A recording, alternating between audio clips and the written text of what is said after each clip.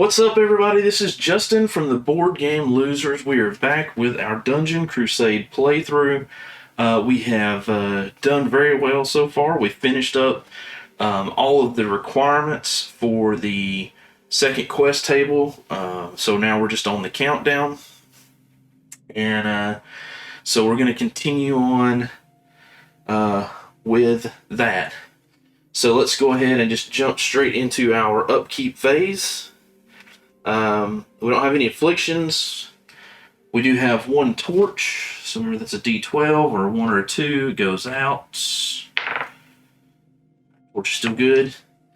Unchannel anything that we used. I do not believe that we used anything with her. We did not. We did use Consecrate Ground. Level 2 for the Paladins. We're going to unchannel that. Good to go there. Initiative tokens. We are going to 1, 2, 3, 4, 5, 6. 1 to 3 being the Pally, and 4 to 6 being the Battle Mage. And then, excitingly, we get to place a token on the initiative. The teleport track, because we have completed everything in this quest table. So if we go to the teleport track, you can see after this turn we'll only have one more turn. So there's that. So the next turn we'll place one, and then during the upkeep phase, 2 turns from now, we'll teleport out. So we really only have this turn and one more turn to complete, or not to complete, we've completed everything in order to wait and to get out of here. So my plan this go around, I think, is we're going to have our Paladin head over. Well, we're going to have our Paladin and our Battle Mage head over to an area where there's a level 4 monster. 4 or 3, I can't decide. So let's just look at the board so you can see what I'm trying to decide here. So there's a level 4 right here. Paladin will have to come down, over, and up to get there. The Battle Mage could come up and over to get there. Of course, there's 2 minions here, so we'd have to deal with those. There's a 3s and 4s over here, which is really kind of better because I could take out maybe the 3s, and then whenever I level up for the next turn, go with the 4s when I'm a level 3. But again, I'd have to go up and over, down, take them out, then I could get to the first room. Maybe at the second turn, maybe make it to the second room. But I don't know. Well, actually, the Paladin could go over this way and down. So he actually will be able to probably make it. I don't know. Let's do that. We've got plenty of mining stuff done. So basically, we're both going to converge in this direction. Paladin's going to try to get here first. If he has enough movement, maybe make it into there with an activation, but probably not. I don't know if he's just going to have enough. If he can make it into this room with his first activation, or at least by his second activation, we could probably make it in here, which also has a crate, so that could potentially do us good. He doesn't have any potions other than affliction potions, but he does still have 2 uses of his angel for essence, so he could use that to heal. So there you go. So let's just start with that, right? Let's just start with, and I'm going to do this just until we get to the room to make it a little bit more easy to see, because we're not going to trigger anything. So this is going to be our first activation. We've got our 2 actions. And the first action is going to be movement by the Paladin. Remember, he's got a D6 plus 4. And I believe this one showed up better last time, didn't it? Yeah, that's better. D6 plus 4. And that's probably why we're not going to be able to get done, too. That is a total of 5. So, 1, 2, 3, 4, 5. Wow. Second activation, moving. Again. There's a 2. So that's a 6 instead of 5. 1, 2, 3, 4, 5, 6.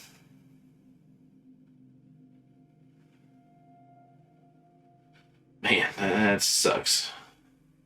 Alright, that was all of his first activation. So we may not make it all the way over. We're probably just gonna be able to do this 3 and that's it. Second activation. 2 actions. Using the first one for movement. Oh, of course, now we get the 5. Now we get the 5. Alright, here we go. So 9. 1, 2, 3. Wait. Anyway, more than enough. And of course, it's a level 3. And it is a level 3. Oh, no, wait. Yeah, that's a level 3. So, level 3. So that's going to be a level 3 champion. Let's see what we can do. And we'll go ahead and draw. This is our champion deck. Top card is the Lich Queen. Mythical, ranged, and physical. That's good. Oh, we've faced her before. Yeah, she potentially fears us out of the room. Awesome. Okay, well, let's get that battle set up, and we'll go to the battle view. Alright, so here we are with the combat. We have the Lich Queen. She's got mythical, ranged, physical. Let's hope we don't roll mythical. We're going to be using our bow regardless of what type she is. But she does have a special ability to start a combat. Before combat, each hero must test willpower 15. So before combat means it's a one-time deal. We test willpower 15, minus 3 because of our scalable difficulty. So it's really a target of 12. And we're testing willpower not to be feared. So our willpower roll... from our gear that is on our boots, we get plus 3 from that. And then we get a 5 from our heroes. That's a plus 7 with a target of 12. 7 and 4 is 11. Of course it is. Of course it is. So that is a failure. So let's see what happens on a failure. How do we fail with a plus 7? With a 12. Alright. Before combat, on a fail, roll a d8 and exit this chamber and move the result shown. You may not re-enter this chamber, nor any other, or backtrack to a previous space when moving. Okay, so let's see how many out we have to move. Okay. 7. Alright. Let's go up top. Now this is an interesting, I guess, rules question that I don't know that this came up last time. If I exit the chamber, does that mean that am I fleeing? It says that I feared. It says exit this chamber, but is that the same thing as evading out of the chamber? I feel like not, because it's part of the battle. It's not like I just chose to quit fighting. So I'm going to say no, but if I'm wrong, you guys let me know. Okay, so we come out of the chamber. 1. And remember, we can't go into any square that we've been in while we're doing this. So it's real simple. We're going to go out of the chamber. 1, 2, 3, 4, 5, 6, 7. Didn't say it had to do like maximum distance. It just said 7 spaces. Awesome. Well, that was unfortunate. So with our next action, we're gonna run back in there, hopefully. Let's do a move. Oh, wait, you know what? I don't think we can. Because we've already combated once. That's another good question. If I flee out like that, I mean, I guess that's combat even if I failed, so what am I gonna do? There's nothing really to do other than wait around till the next turn. So let's just move. Of course, oh my gosh. 6 and 4 is 10, so I'm just gonna go 1, 2, 3, 4. I'm gonna sit over here in the corner. And I'm gonna actually. Oh, I know what I'm gonna do. I'm gonna use my third activation to do Enlightenment. And I'm gonna buy a skill. So let me grab the skills and see what we're gonna do. Alright, so we're gonna go with this skill, the Holy Guardian. Now remember, when we're doing the solo mode, unlike standard Dungeon Crusade where one skill is removed out of the pool for each hero, in solo mode you have access to all the skills, and we do have to buy them in order. And when we do an Enlightenment action, you look on the card. Let's see here. Yeah. The card says, you get, well, that's horrible. Why don't you focus? It says you get, the reference card says you get an ability, so I'm taking that to mean one. So we're going to purchase Holy Guardian. Now, what does Holy Guardian do? It says you can see a chamber and dungeon. This is the level 1 version. If you activate it anytime during the hero or monster phase when the paladin or fellow hero who is within 4 spaces of the paladin is about to receive damage, Holy Guardian will absorb 1, and line of sight is not needed. So we can spend a little bit of essence to stop some damage. Now, the level 3 version of that will absorb 3, and the level 2 will absorb 2. But I can't buy all those because we have to do one at a time. We have to do them in order. So there's the 2 life force to pay for out of our pool, and that is his final action on his turn. And that quickly, we are now going to go to the Battle Mage. Alright, and the Battle Mage is going to be the same way. This is her activation number 4. First action is going to be movement. I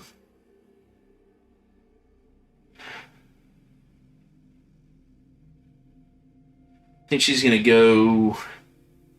See, those minions aren't going to really do us a whole lot of good. We're not going to get, probably not going to get a go from them, so she's going to attempt to go maybe the long way around to get to over here.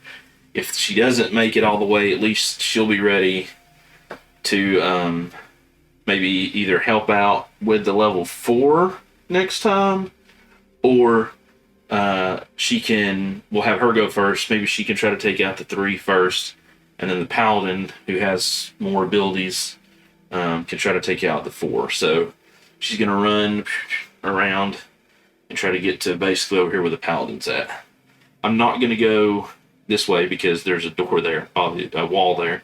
So we do have to go all the way around. So she's probably not going to make it. But hey, we'll see. So she also has +4, 2 from her base, and 2 from the Penitent Swiftness. So that's a 6. So she's going to go 1, 2, 3, 4, 5, 6. Next action. 7 total. 1, 2, 3, 4, 5, 6, 7. That was her 4th action. Her activation. 5th activation. Initiative token. First action is going to be to move. Lever 1. That's 9. So 1, 2, 3, 4, 5, 6, 7, 8, 9. And her last activation is going to be 8. So 1, 2, 3, 4, 5, 6, 7, 8. Cool. All right, and I think for the third, or sorry, not the third activation, her third activation, I guess, but the 6th final initiative token, she is going to do the same thing that Paladin did, and she is going to purchase another skill called Imbued Fury. It's going to cost us 2 essence, which I have right here ready. So there's our 2 essence paid. And this is going to allow us to channel this and put it on somebody's weapon, which will do additional damage. We don't need line of sight. As long as they're within 4 spaces, we can do that. And then the next time they do damage with that weapon, they do 1 additional damage. So that is going to go into her repertoire, as it were.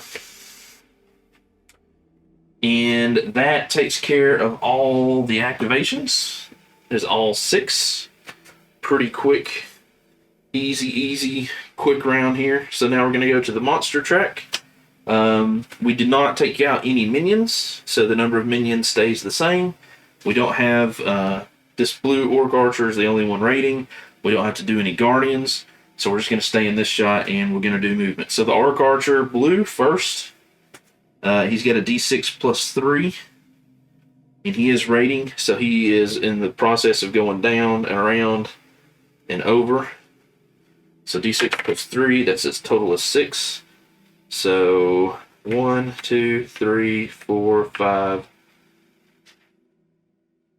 6.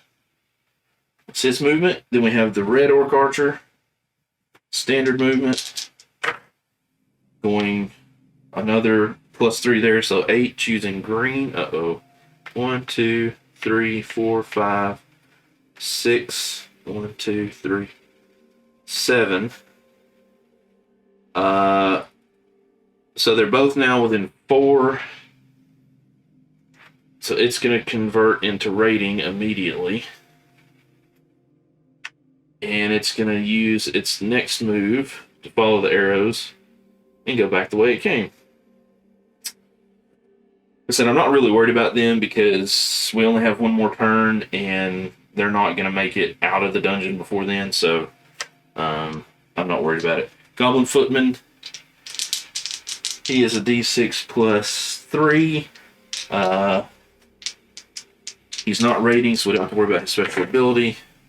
It's 5, choosing green. 1, 2, 3, 4, 5, going back the same way he came. Blue Blackrock Viper, choosing a direction. It is on one of those spaces. It's orange. That's a D6 plus 4, so that's a total of 3 plus 4, 7, going orange. So 1, 2, 3, 4, 5, 6, 7. And then finally, the blue Cultist of Zul, who is here, fixing to hit a skull pile. The D6 plus 2, so that's a total of 4. Choosing purple, so 1, 2, 3, 4. And that is all of the movement for everybody. That takes care of this round. That was a super quick, super simple round. Next round, like I said, basically we're just going to be attempting to take out a level 3 and/or level 4 monster. If we go to the UI board, well, not the UI board, let me grab the tokens and see how many we have left. Yep, so here we go. So we've got 1, 3, and 2 4s left. I put these tokens on the quest itself so I would not forget. So we need at least 1 3, and we need 2 4s. So we can probably get to 3 next time. That way, whenever we do come back in, we will have a 4 here and a 4 here for sure. Well, actually, that's the only thing left on the board, so that's where we've got to go to take them out for our one of our quests in our last quest table. So that's the state of things. Thank you guys for watching. Thank you guys for subscribing. We'll see you back shortly with the next video of Dungeon Crusade by Grievous Games Unlimited. working in here, finishing in the second quest table, and then we can go into the third. I think the third round's not going to be quite as long, as far as, or not the third round, but the third quest table, because there's not a lot of stuff we're going to stop and do as far as like chambers and stuff that are out here. It's going to be pretty straightforward. I believe that we have to go into this corner. We have to find a key, and then that key will allow us either this corner or here. I don't remember. I think we find a key in one of the places, and then we've got these locked doors here that we'll deal with. And with those two quests. So there you go. All right. Thank you guys for watching. Thank you guys for subscribing. This is Justin from the Board Game Losers, and I will see you, ladies and gentlemen, in the next video. Bye, guys.